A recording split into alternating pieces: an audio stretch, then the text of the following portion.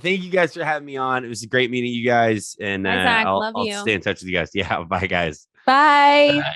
Bye guys. Oh, can't believe you didn't say I love you too. I love you too. Welcome to Spinsters podcast.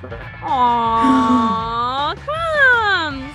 He's so cuddly. He's so cute. Yes. Oh, look at the little eyes. I hope he's in the office the next time I'm at.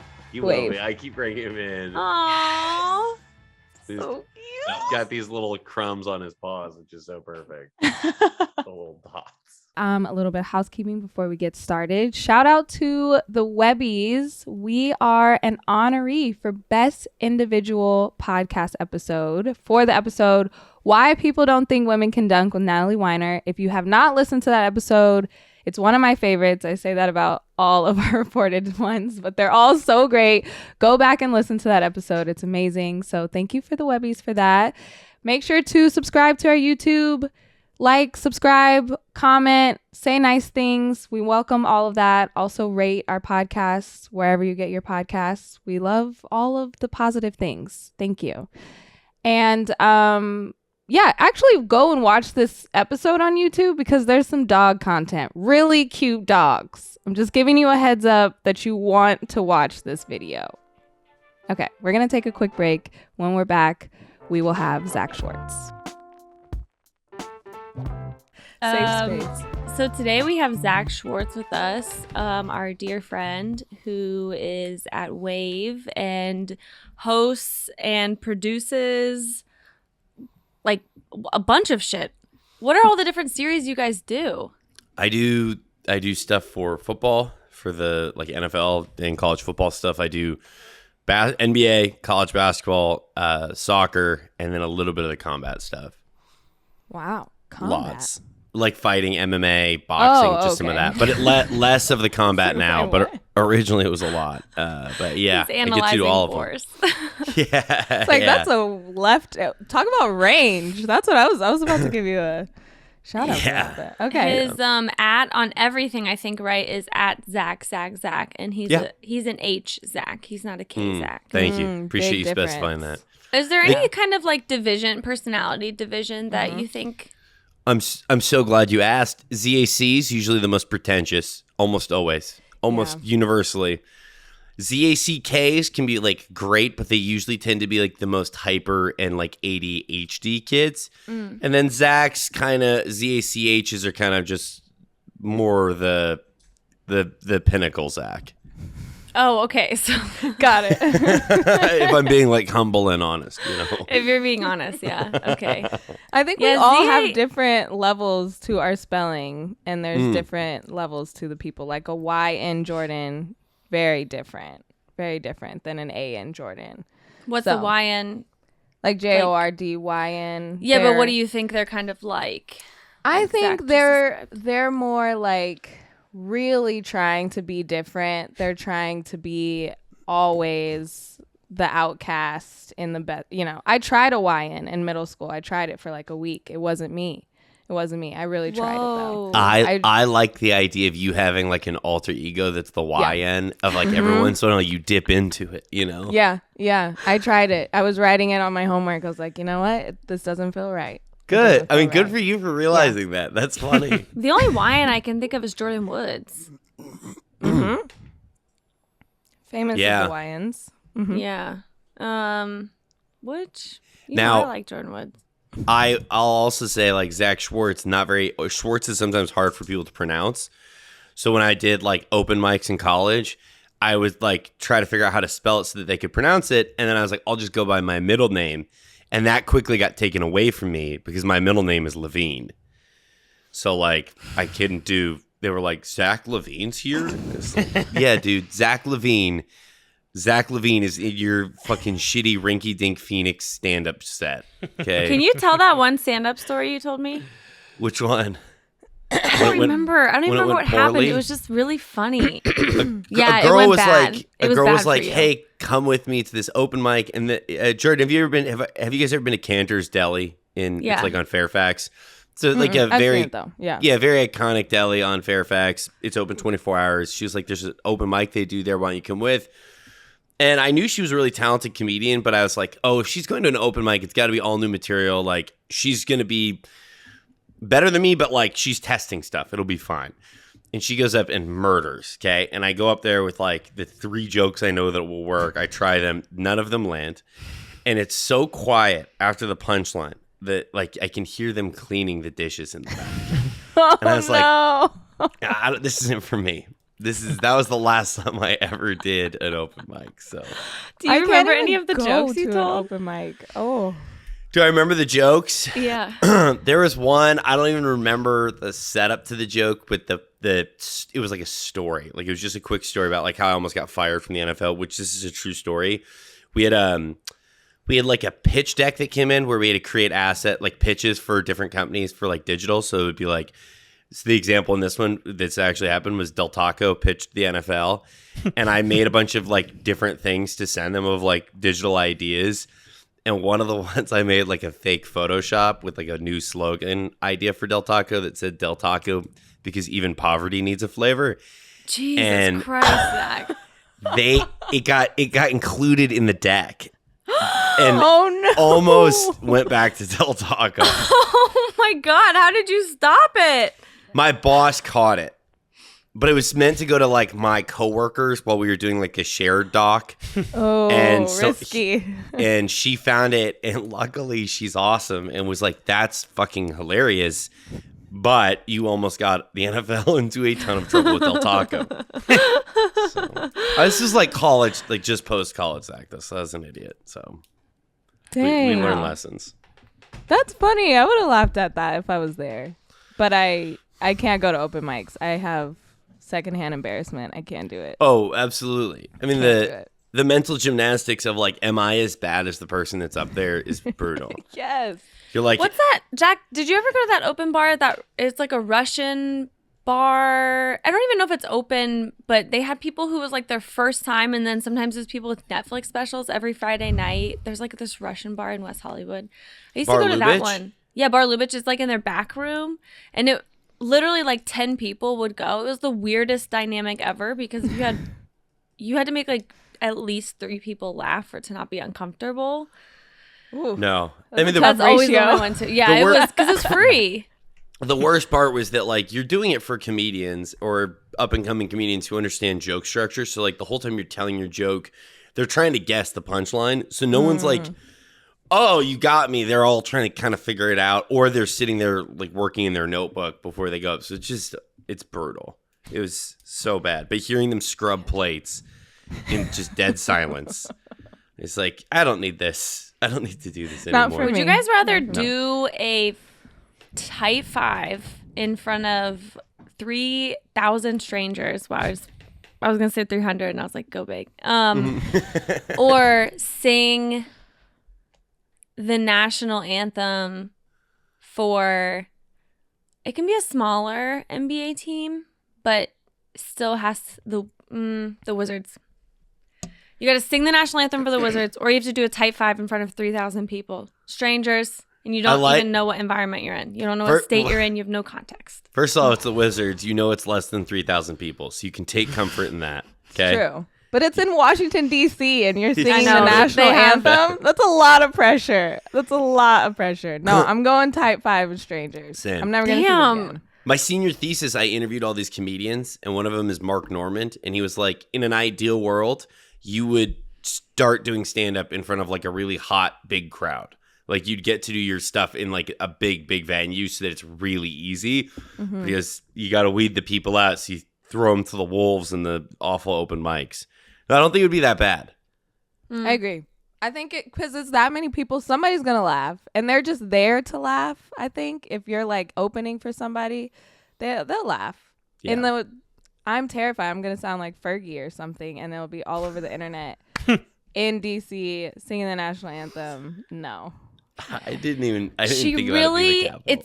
The bar changed. It did. When she did that song. That performance goes down as like, and I wouldn't say it was lowered exactly. It was almost like the bar flipped this way and just went to the side of like, this is the most bizarre thing I've heard. Yeah, I genuinely think that's the most bizarre rendition of the National anthem. Sometimes they get weird. Sometimes you're not sure. You know, like they're in between and you're like, are you still going? And then at the end, it's amazing the note that they've hit because they've stayed with it. But the shots of like all the Warriors guys like grinning at each other, like, you know, when you and your friend would do something wrong and like the teacher wouldn't know and you're all like looking at each other, like that was how they looked on national TV while this woman is trying her best. And it was like, oh my God. It's really funny because it's Fergie. It's funny because she's a famous singer. If it was like some random person, I would honestly like just die of secondhand embarrassment. But somehow because it was Fergie, and I don't even think she knows it was bad. It was like she was going for something different and it crashed and burned. That was the worst part. And that it was just all over the place and you couldn't help but laugh, just like Draymond Green did. Yeah. Don't reach out. Josh Duhamel, her, I think, ex-husband or current husband, whatever it was, like threatened all the Warriors players. Did he really? Like, yes, I remember that. It was like a beef between him and Draymond Green, which I'm like, what is happening right now? It's like, Josh, they got a divorce. Wait, who is this guy? Tell me his name. Josh Duhamel. I was like, Josh, I loved Las Vegas, the television show, but you're not going to do much to Draymond Green, all right? Not at all. He's in Transformers, right? Oh, she was married to this guy? Yeah. Mm-hmm. Didn't he do something weird? Probably. It's picking a fight with Draymond Green over his wife. Weird. I think they were already divorced at that time, too. I think that was the even weirder part, that they weren't together and he just all of a sudden was like trying to be Superman. He, an absolute mistake. Because, I mean, Draymond's the best trash talker in the league. I know. And, like, we were talking about this at work. When did he get that belt? Oh, I think it's still Draymond. I think Draymond's CEO of Trash Talk. This is why I think Joel's better, is because Joel, I think they bring it on the same level, but when you can be affected by the person more, that's why Jordan was so the perfect combination, because when you can actually execute on it, it's like way more intense, and Joel Embiid could do way more damage to you than Draymond Green can. I'm not saying he's not a great defender. It's fair. But Joel Embiid can come at you from both sides. He can block the shit out of you, and he can dunk on you. Yeah, and he's going to let you know about it. He's also, I think... He might not hit a three over you, but neither is Draymond. No offense, Harry. Yeah, no, he's not. Harry. I didn't find anything weird about Josh in my quick Google search, except a lot of he's being linked to Army Hammer. So I'm going to go ahead and say the verdict is weird. Oh, no. Yeah. When are we getting an Army Hammer doc? When does that come out? I really want to know about his parents, and because when the threads and all of the things came out about what a horrible person he is and truly harmful person, it was like talking about his grandparents, and it was like his great grandparents went way back. Nuts. Yeah, They're are like nuts. part of this weird culty, like everyone was eating people. So yeah, I don't know. I want that. Everybody's I don't just want him. eating. I saw that movie he's in where they're on the river and you have to find out who the murderer is, Death on the Nile, and I forgot he was even in it, and we were in the theaters and there he is, like one of the main characters, but he wasn't in any of the commercials. They'd cut him out of everything, which is smart. We want people to come see this movie, so we're not gonna publicize that you're in it. Tough. Whew. Okay, you guys want to talk about NBA? Absolutely. Okay, so today we're going to play a game called Macro, Micro, Medium-cro, where we do like a wind down of the season. Originally we were saying wind down because I was like, Zach loves wine, so this will work. And then we were all going to bring mimosas. We forgot to tell you Jordan brought one. I forgot one. Harry? It's like a kiwi strawberry. Oh, that's nice. I have like this much orange juice and beer in my fridge, so I could do something with that. It's okay. We will table that, but we are doing a season reflection essentially. Yes. Where we're giving a macro thought, a micro thought, and a medium-cro thought. So, who wants to go first? So macro overall, like the biggest of all of them, right? Like a big, large, overarching thought. Yeah. I think this is finally the end of kind of this golden generation for me personally of players. Like, this isn't to say the NBA is in trouble, but it is to say you built a super team with Russ, Melo, LeBron, and you're missing the playoffs, and you're about 12 games under 500. And I think it just is indicative of this fully the torch passing from those generations, because preseason, I thought there was still tread on the tires with this team. There is on LeBron, but not anyone really else on this roster. And I think it's more indicative of that old generation kind of aging out. And it's very sad, but they've given us a lot of fun memories.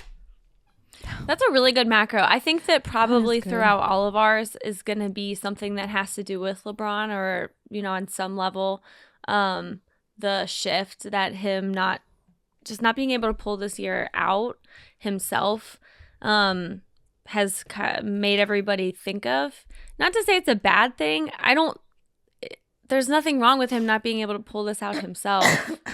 He has missed a bunch as well. But it's just he's not the same player he was, obviously. And even though he has been at various levels of the height of his career, it's almost like we'll see his career, the timeline trajectory will, if it's what are the graphs where you, it's like a dot. A bar graph? Like a bar graph. There is going to be like, I don't even know how you measure it. The heights are just different. Like they're all, you need context for all of them. But throughout his career, there's different heights in everything.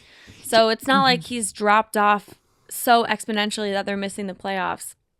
I hope that like in 56 years, that's not what people look back and see. But can I ask you, so he's leading the league in scoring, okay, right, at 37 years old. That's wild.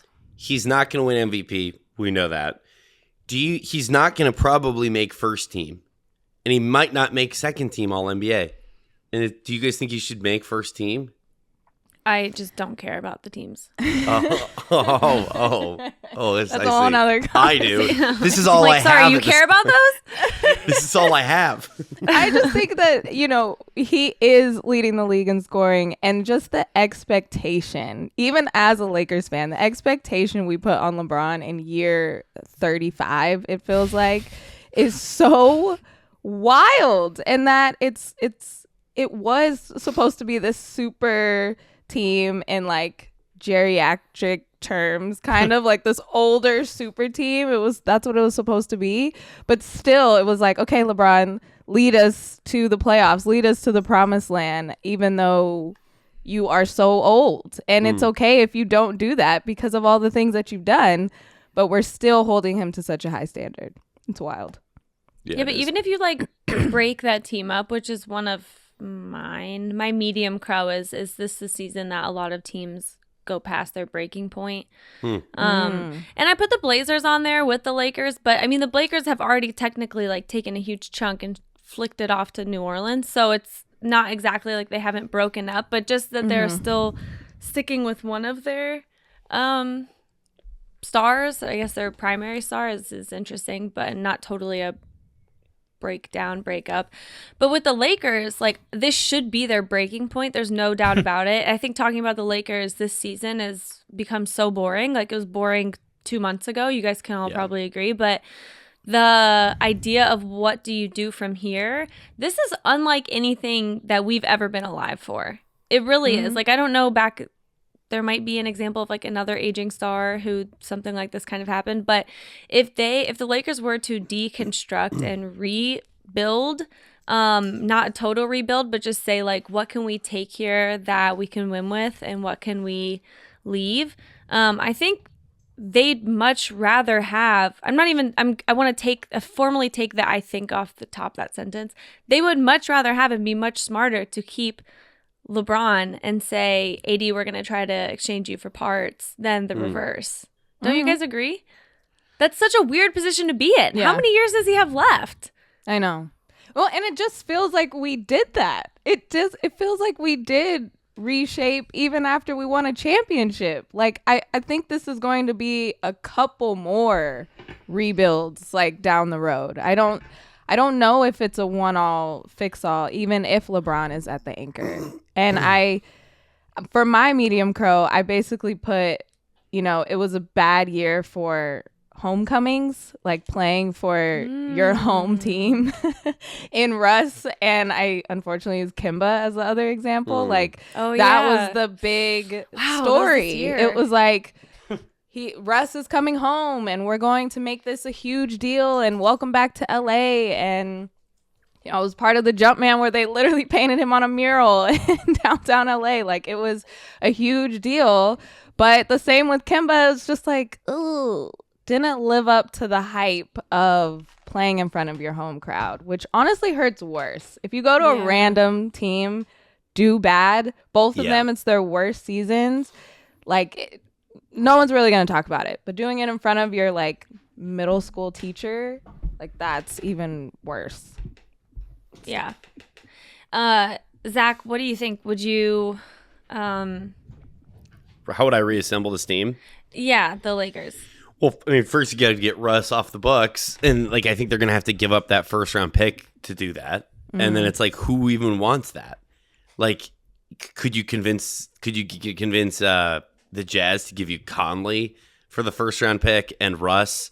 Is that enough? Probably not, because Mike Conley still has something left. Versus like the Rockets wanted a first just to give the Lakers John Wall because Russ is such a kind of disaster. And I don't think trading AD is quite the right move, just because I still think it's too hard to replace him with pieces. Like you'd be so hard pressed to find. Like I don't even know what's out there that you could go acquire that's going to give you what AD can give you. The problem is our memory of AD the last literally 12 months is he's just been injured almost the entire time. And I know he spoke to this that like, hey man, you tell me get healthy, get out here, or get healthy, get better, then play. And then you get mad and I come back too early and I'm shit and you're mad again. What do you want me to do? So like I sympathize with the guy. But he really, I don't even know where this team, I don't know how much he would help this team even if he is healthy. Like they're maybe the 8th seed if he's healthy this year. So I frankly don't really know where to go. Even if it's healthy, like even if he's healthy, it's Anthony Davis. You need someone who's indestructibly healthy next to LeBron. Yeah. Like you need, you know what I mean? Someone who could withstand kindergarten classes, germs, and everything else, and like falling on the court, because every time AD does that, he gets hurt. That's just it. So that's the interesting thing that I'm thinking about more than the playoffs, or obviously with the Lakers, or have been the last couple months. For me, every team needs to have a threshold. What is their threshold? Because like you said, if you're trying to sub out people for players coming back in that are just not going to push the needle, not to use all these like cliche sports terms, but seriously, when you think about it, if you're just exchanging like maybe with more okay, they might be good, then like it's just not worth it. And in LA, like exactly. It's like double the maybe, and the microscope is hot. They've just subbed this out around LeBron and AD, and it just hasn't worked. So I don't know.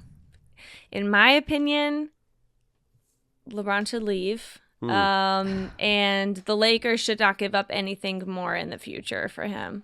No more of your future should be given away for somebody who might not be able to pull it off again next year. That's what I'm saying. Like you trade for, okay, who's out there, and you try to see, and there's no obvious answers, and it's not like Damian Lillard.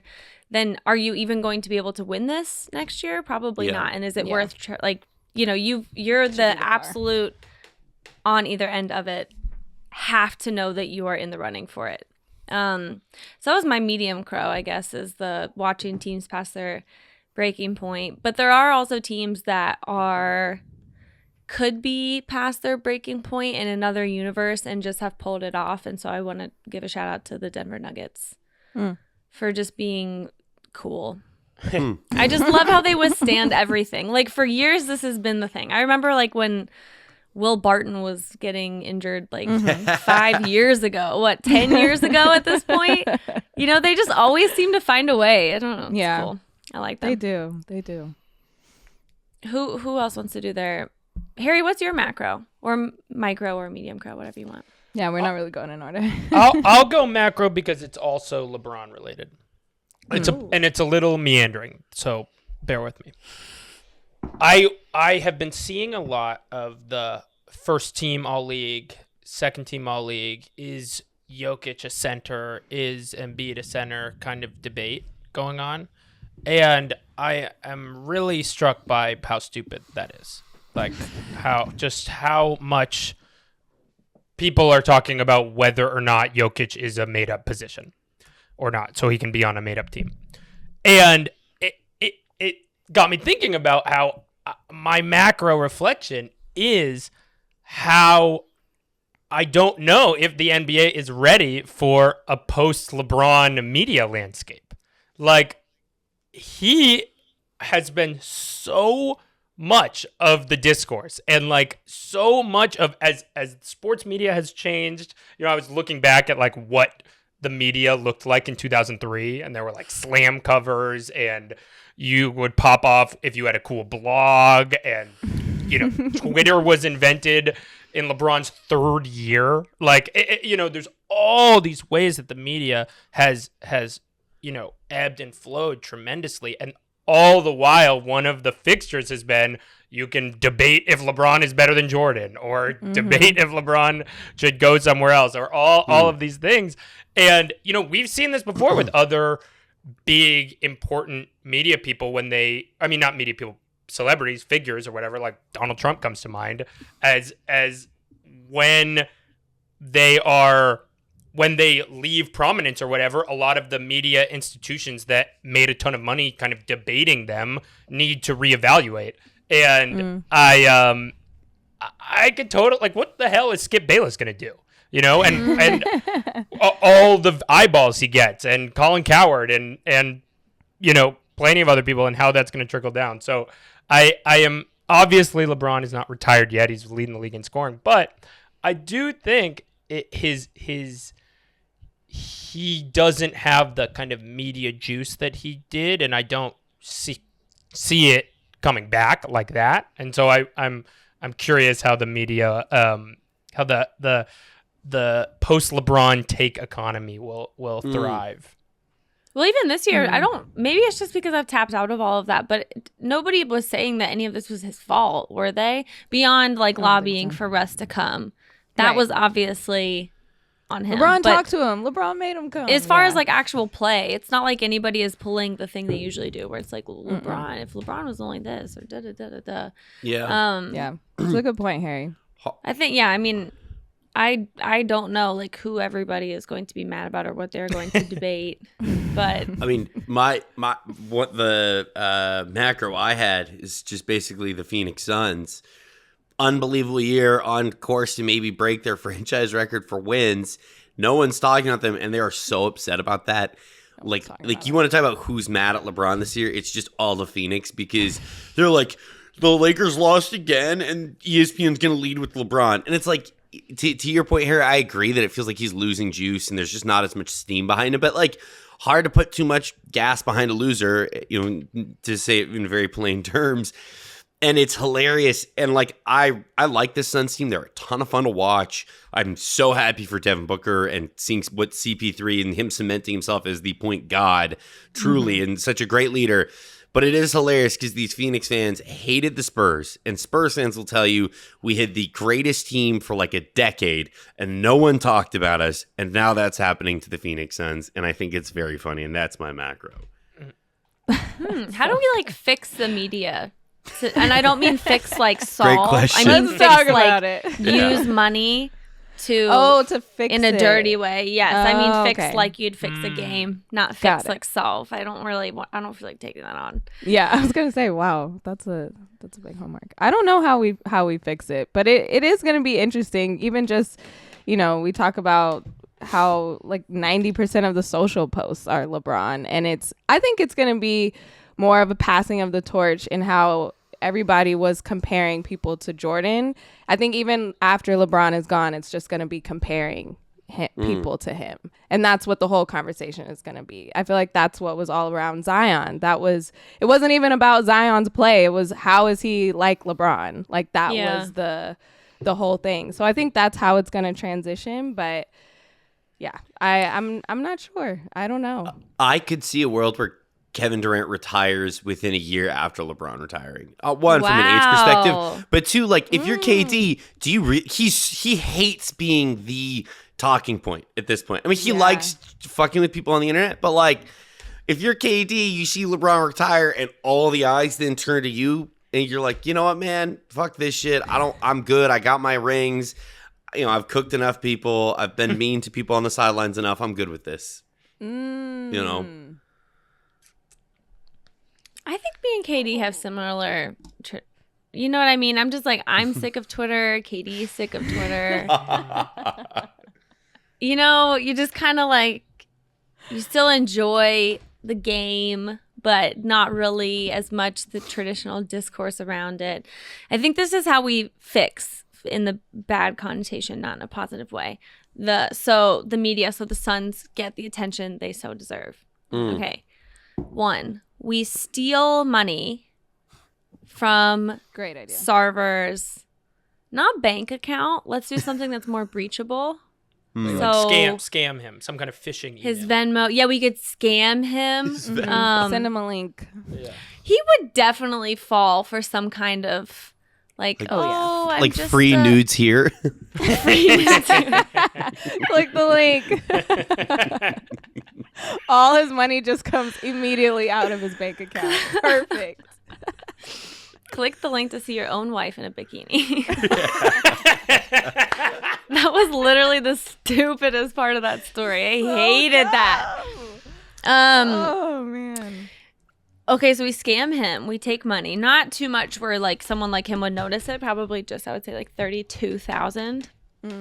I love that you had a number. Well, It has to be specific. He'll just think it's a payment or for something. Yeah. That's exactly. Be like, which Or lawsuit was that? Yeah. We could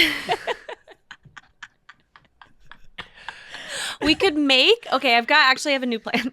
This fixes everything for the NBA. What we do is we make a fake NFT package. And our package is not apes. It's going to be every mascot for the NBA, right? Okay. And then we sell them first we inflate the importance of it by getting all of our friends to tweet about it. Perfect. The NFT playbook. Yeah, we talk about all of the parties we have on the virtual fake yacht. Which I don't know. I'll figure that out. And then we sell them. We get people to buy it. We take all of the money and we just put it in the teams that we want to see more of. It's Twitter promotion. So literally we're pumping all of this into Twitter promotion. Okay. Twitter. Maybe loves we this pay plan. off like 1 to 2 analysts. We might have to take out some columnists. No, because columnists don't really do that much. We'll When you just have to say take threaten out- their family. Okay, yeah. We'll just threaten their families and be like, look, you're a national columnist. I need Talk you to about the focus on. I just want to know, because I know Haley has like 3 columnists already in mind. I want to know which 3 she wants to threaten first. Don't say it, obviously. Yeah. Can you guess? I actually do have to. I have a feeling. I'm curious if you were trying to raise the image of, say, the Suns or the Bucks. What media person do you give money to have them spend more time talking about? Are you going to give money to Skip Bayless? Ooh. That seems like it would Ethically, hurt. I don't a think I lot. can. Yeah. Who has the most sway? Like literally, who has the most sway? Because I Let know me we get- all laugh and we're like, Stephen A. is so blah, blah. But the thing is the more something is talked about, the more it just bleeds into your brain. Yeah. Here's my theory. You want to get in on the ground floor of someone who's on a nice ascension right now. You can get them cheap, and then you can have them if they're talking to a younger audience. The 2 you go after, JJ Redick and Richard Jefferson. Richard Jefferson, he's got all the TikTok kids going. You got He's on JJ. TikTok? Oh my, he's got a he's really huge on good TikTok. TikTok account. It's insane. He's like genuinely good at it. It's hilarious. And Does he do Yeah. the dances? I don't know if he has. I wouldn't be surprised if he had, but he'll do like reactions. Like people will tag Yeah. him on videos of him getting dunked on. He makes He'll fun tell of himself. stories. That's He's the really, best part. Yeah. Yeah. He's really good at it, genuinely. So that would That's be who actually I'd go great. after. We had to, yes. And okay, Go to a great. younger so audience. We'll pay them. What we could do is what all those players did. They hacked into the retirement fund or the health fund or something. Oh, T-Will did it. Louisville legend. Where do you think he learned to do that? Okay, so my micro is actually my macro. This is the one that I'm stealing from Harry because he's not doing it. Harry's macro that we originally talked about was, are the era of super teams over? That's a really interesting question. Have they worked out great? Not this year. Because if you look at the teams that you would call like a super team, if you just got into the NBA right now and maybe didn't know how these players got to their respective teams. Let's take the Nuggets, for example, even though under current health, like they're not at full talent. That's a drafted team. So the Warriors are a drafted team. Not that the Warriors are having the most of success at the current moment. Sorry, Harry. The Suns did not team up on purpose. You know, it's not like they drafted Chris Paul, obviously, who's essential to their, like, if you're going to call them super teamdom, I wouldn't label them as that. I'm curious if you guys would. But the trade there wasn't like something he pushed for. It's not, you know, maybe he wanted it. I could see that. But it's not like something where he forced his way to Houston like he did to get out of the Clippers. So if you look at the teams that actually teamed up, the Lakers, not in the playoffs. The Nets currently in the 10th, I believe. 10th seed. Yeah. So still have to. Yeah, and they're tied with the Hornets, and they're really close to the Hawks. So I'm sure that they'll make it in. I don't know why I'm just like, I think everyone is just like, yeah, I'm sure they'll make it in, which is interesting. But anyway, I think that, you know, they're not in the playoffs right now, so that's not working out as planned. Harden literally left them. That's technically a super team as well. If you think about it, Harden forced his way to Philly. That's not working out like they exactly thought it would. Bless Joel Embiid's heart. Did you guys see him say that if he doesn't get MVP, he's going to assume people hate him? No, I did not see that. I thought that was really vulnerable. That People were was making fun of it, and I thought that was vulnerable. I know. Wow, that came from the heart. It really did. It feels a lot like the person who's like, oh my God, my painting sucks. And you're like, what is it? And then they hold it up and it's fantastic. And you're like, yeah, you think your painting sucks. You know, like, all right, Joel, everyone loves you. Okay, give me a break. But yeah, I get it. Campaign for it. I get it. I read this story in the Athletic the other day that was just a collection of Joel Embiid stories. And one of them was that he asked for Tyrese one time like had chicken wings on a plane, and he was like, you didn't bring me any. So then he felt bad, and now he brings like 20 extra wings for Embiid every time he gets wings, and Embiid requests them burnt. And then they also said that he requests his steak burnt, which I'm not like, look, however you want to cook I'm not here to debate how people eat shit or whatever, but like that's actually physically hard to eat. That's like at that point it's like it's jerky, a workout. But it hasn't been dried. And so it still has, you still have to chew through it because it's not skinny. So I'm not saying it's gross. You can eat whatever you want. I'm just saying that is an odd choice. I've never heard of anybody not only choosing well done, but like choosing like, hey, I want this burnt. This thing. But also him getting like making Tyrese give him wings, like kind of saying, oh, you didn't bring me wings, and now he gets wings every time. I feel like that's what he's doing for the MVP race. Like, yes. Oh, if you guys leave me out, and then when he wins, it's gonna be like, yay, told you. Yeah, cute. I like it. I do that. To your point, just going back to the super team stuff, I think, Ian, like, look at the Clippers. We didn't even mention them, but like they're not doing as well as they could. They're missing Kawhi. Jeez, PG's been hurt for so much of it. That's another super team. So just to like kind of wrap on this, I do think this is like the end. Like we're like, I mentioned the generational thing. I think this is the end of one generation that did and viewed super teams. But I think there is a generation coming up that will do them also. Like, look at Luka. If he gets knocked out in the first round again, you're telling me that guy's not going to be looking across the landscape of like, okay, maybe in a year or two I got to go link with a real star. They made me play with Porzingis for that year. That was a waste of my time. That's not a superstar. Trae Young, another guy like that. So I think there is a younger generation that's maybe having some of their frustrations start to build. Yeah. And we'll see. Like Karl Anthony Towns as well. Like, is he tired of and playing? they kind of did it. right? Yeah, like true, he they got tried. D'Lo. Yeah, they tried. Yeah. I mean, they tried one iteration. Doesn't mean you can't again. But you're Yeah, so keep right. trying. I think the age of the current players who have chosen to super team up together is that age is dying out, but a new one will totally come in, and that's going to be exciting to see because I don't want the Grizzlies to break up whatsoever. I love them together right now, but like a player like that or like any of the Hornets just deciding that they want to add someone would be really fun. Yeah. And this is kind of the age to do it. And something Jordan and I have talked about countless times, like I know a lot of other people have, is that with AAU, they all know each other so much younger. It's not like they have to get in the league and they're like, man, I really love playing with this player on the Olympic team. You don't have to wait for that. Like they've been playing with each other since they were 12. So the chances are which is how D'Lo and Kat kind of ended up together in the first place. They had played together. They'd been friends. So yeah, I think you're totally right.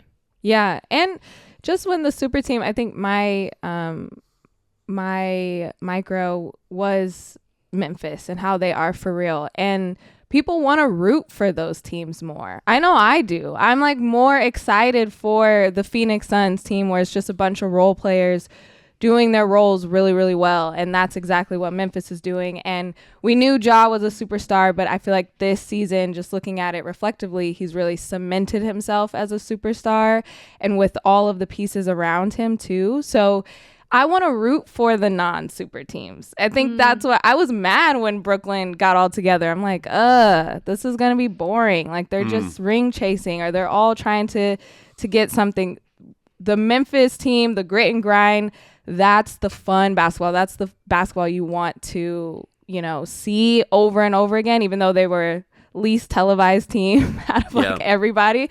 But you actually want to see them succeed. And I'm so happy they did this season. Yeah, their interpretation of grit and grind has been really interesting too, because they are like, take Jaren, like the defense, he is like taking a huge load there and doing it really well. So they still have elements of that, but we're gonna take a break, and we will come back. Before we go on the break, I just want to say I looked it up. Joel Embiid's a Pisces. They are very good at being like, but nobody likes me, and then everyone's like, well, everybody likes you, and you kind of like win an award because of it. Yeah, I love that. Okay, so we're back. Jordan, that's interesting what you were saying about teams, about not being as easy to cheer for super teams, because I think for so long I was like, player empowerment's fine. If players want to leave, that's fine. That's up to them. Like, stop being weird about it. And actually, I think we're going vintage. Yeah. Can the I cycle's ask? coming back where the organic is now easier to cheer for than the super team. Because it's like, look, I want you guys to go make your own decisions. But don't make bad decisions. Y'all keep making these bad fucking Russ, like, I love Russ, but you have tarnished my appreciation for this player because you put him in a situation that is just untenable. You can't put those expectations on him. So, you're not GMs. I want you to feel like you can act like one, but maybe consult somebody on it. Can I ask you guys, which do you look at as a bigger, this is so harsh, is it leaves my mouth, which is a bigger failure, the Nets or the Lakers? Oh, the Lakers. Well, no, never mind. I can't say that. They won a championship. Yeah. I don't think either would be rest, defined as a failure. Okay. Yeah, because the Nets could different. very much, they've set themselves up for the next 3 years if they want to. True. And the Lakers won a championship, so no matter what, they're not a failure. Okay. This season, isolated alone, Lakers. the Lakers. Yeah. Okay.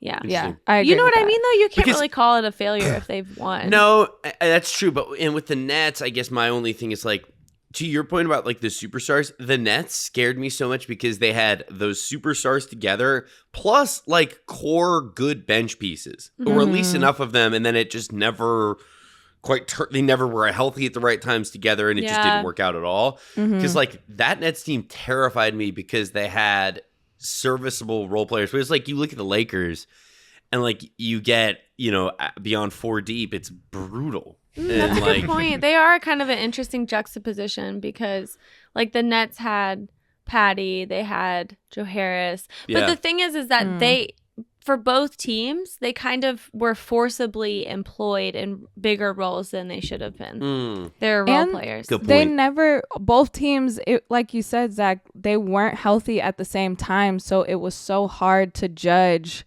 like full strength versus full strength. I felt like we never really got that for most of the season. Even that's what I was saying about the Lakers. Like it was hard to say how bad we are because how many games were actually LeBron, AD, and Russ all on the floor at the same time? Very little. And I feel like that was also with the Nets too. Somebody was out, somebody was hurt. 2 out of the 3 were always healthy. Yeah, it's interesting. I had a call with a friend that's a big Lakers fan as well, and he and I were talking because I was looking.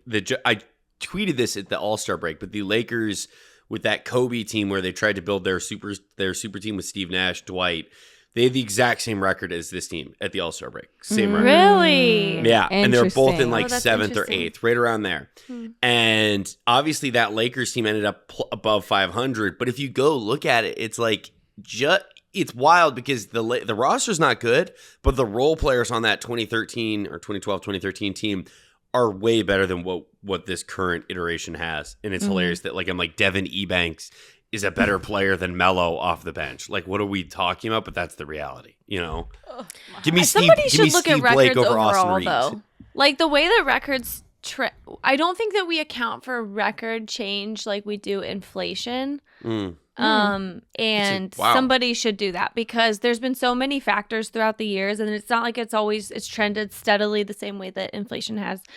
But they're not the same year to year or trend to trend, like league wide trend to trend. There were probably that 2013 team probably had, to your point, padded wins because it felt like the league was at this place where it's like you had the top half and then the bottom half. Yeah. And so Totally. to your point. Yeah. That's interesting. The competition. Who are people playing every night? I think that's going to affect the overall record. If someone out there who's doing advanced stats, Please. and Help has me. time.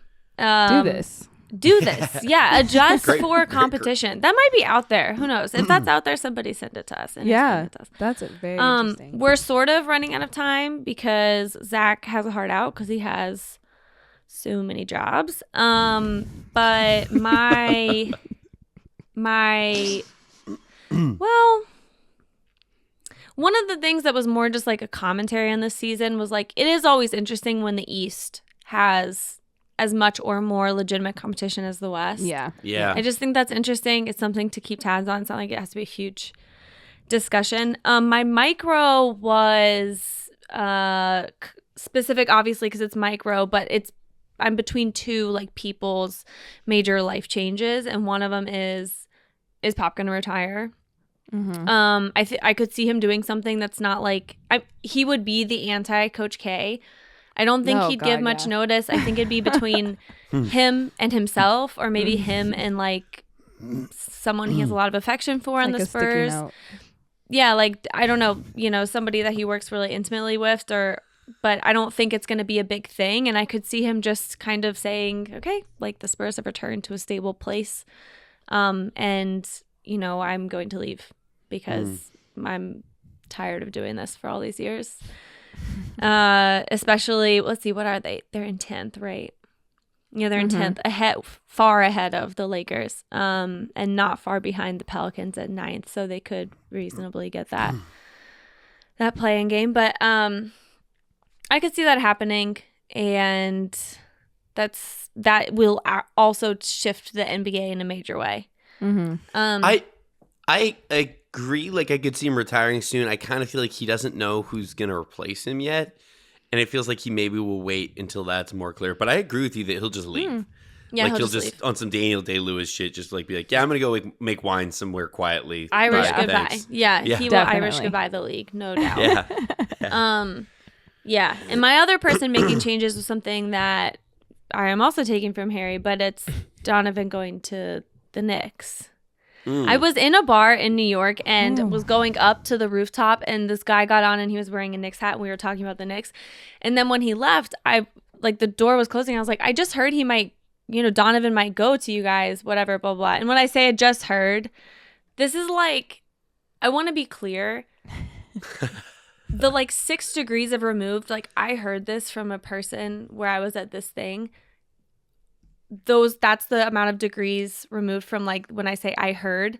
But I've also heard from like 6 people that this is what he wants. And bear in mind, I'm in Louisville right now, right? I know a lot of people who know him. That's all I'm going to say.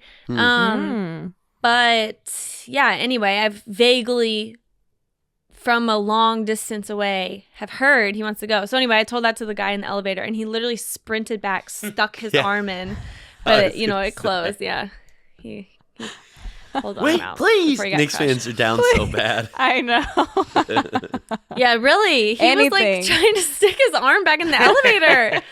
I'm like, I clearly don't know anything for sure, but yeah. I think that would be very interesting. It's wild that they took Frank over him to begin with, like him being from that area. So funny. And Harry's Frank's roommate not has in a the dog league, right? named Frank, named after Frankie Smokes. Oh man, I always love that. You gotta see this dog. Like, it's all worth it, because honestly, this might have been God's plan, because that dog had to be named Frank. Like, that is Frank through and through. And would perfect face. Let me see if I can get him. Named him? Yes, please. Would he have named him Frank had he not been drafted by the Knicks? I don't think so. So let's say that he takes Donovan. You don't want to name a dog Donovan. Yeah, you can. Maybe Don would be good. Donnie. Classic. Yeah, but then Trump this is becomes Frank. president, and you have a dog named Don. That's tough. Man. That's God's plan. Yeah, that's the big guy being like, I cannot let this happen. He's like, Trump's gonna happen and has to, but this is not gonna happen. Not on my watch. Oh my God. Yes. He's so cute. Meet the original Frank. Best Frank there is. Cute, I love so it. He looks like fucking he's cute. wearing a tuxedo with that white in the front. It's so He cute. does. He's so classy, that Frank. Oh, it's Frank's Spinsters debut. Yeah. So cute. If that was We Elf, love you should you, try to Frank. eat the mic. Crumbs You guys does have the to watch same our thing. YouTube to see Frank. Yeah. Exclusive content. Does anybody else before we go want to share their last second, whichever ones you didn't? My macro was just the whole 75-year everything. I'm very happy that it's over and we can just go back to a regular NBA season without so many lists. I mean, there's lists every season, but specifically the one list that everybody talked about all year. Oh yeah, and we're fucking obsessed over. Plus, like 75. If you really look Weird back number. at their history, there's a lot of like stretching. I mean, I guess you just had to decide one year, like, okay, are we going to do pre-merger, post-merger? Like, what are we going to do? Blah, blah, blah. But in all honesty, 75 is probably not the most accurate number. But I say that, and like, I'm somebody who spent my formative years in Indiana, and I say, when people ask where I'm from, I say Kentucky. So, am I yeah, really? it's probably like that, yeah. Yeah, Where you're it's from, kind of where you like grew that. What up, are they yeah. gonna say? Yeah, because I'm like, no, but nobody lives there anymore, and my whole family's from Kentucky, and I spent a huge chunk of my life here. So maybe it's like they were like, well, look, we just got to pick one. I think so. Fair enough, I guess. I'll be But 55. still. I'll be 55 I'm glad to be when done that with that 100 list. list comes out, and that's going to be the end of me. You'll be 55. I'll be 55 when the NBA 100 comes out, because think about it, that's 25 years from now. I'm 30 Where do you guys now. think you'll be? Oh, I won't be here. God. You guys will not see me. I will not. We do a podcast. You can come Let's visit me make on a a pact fucking right boat. now You have We'll to do a take a podcast. boat Reunion. for the miles 100 down a list. lake. Oh my No, God. none I'm of you guys down. will know me. Donovan will get on the 100 list, and we'll all be like, "Damn, Haley would have loved that." I will not be here. Yeah, I wonder if we can get a letter to Ireland. I'll be like, I don't know where I'll Totally. be. Just be on a It'll be farm like, with some fucking goats or something. They'll That's tell me. great. I'll know. I'll like know You'll it's know. the day, and there's gonna be like a weird like lightning streak in the sky, and I'll be like, Donovan made it. Shout out to wow, Terry made it. I'll be like, wow, this is amazing. Yeah, I'll be 55, holding the little like TikTok microphone, doing the list, and it'll be a sad day, sad ass day. Oh my Oh gosh. my god, that's great. Jordan, where are you gonna be? Oh, where am I gonna be?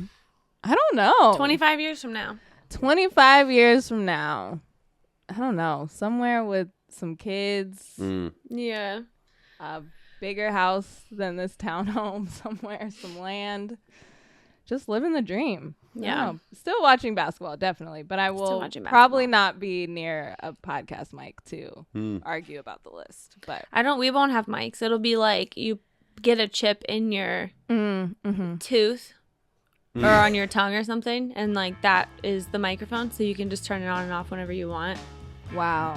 Yeah. And QuickTime's just the something. world. It's like on a watch, and you can record. Mm. Yeah. That's the next level of QuickTime. Harry, where are you going to be in 25 years? I hope I'm in this exact spot, but the only difference is I've somehow made like thousands of dollars monthly on Patreon. Okay. Like everything Well- else is the same, but I've like somehow finessed. Love it. Frank is Do you have a 38, Patreon? You know, I'll figure that out year 13, 14, 15 or whatever. Okay. You know, what Yeah. I could give to the world to get money back. So selfless. Okay. For money, you know. Yeah, for money. Well, that's our show. That's our show. Please, tell us where you will be in 25 years when the 100 list comes out on our voicemail at 502-874-4453 or send us an email at spinsters@bluewirepods.com to be featured on the show. And as always, shout out to our producer, Harry Pinsky.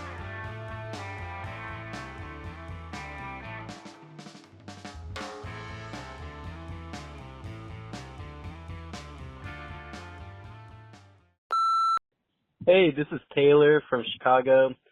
Before the season started, I boldly said the Pelicans were going to make the playoffs. It's been one hell of a ride. Didn't think we would get here, but I'm really loving this team, and I just want to see what's happening. It feels good to love a team like this. All right, bye.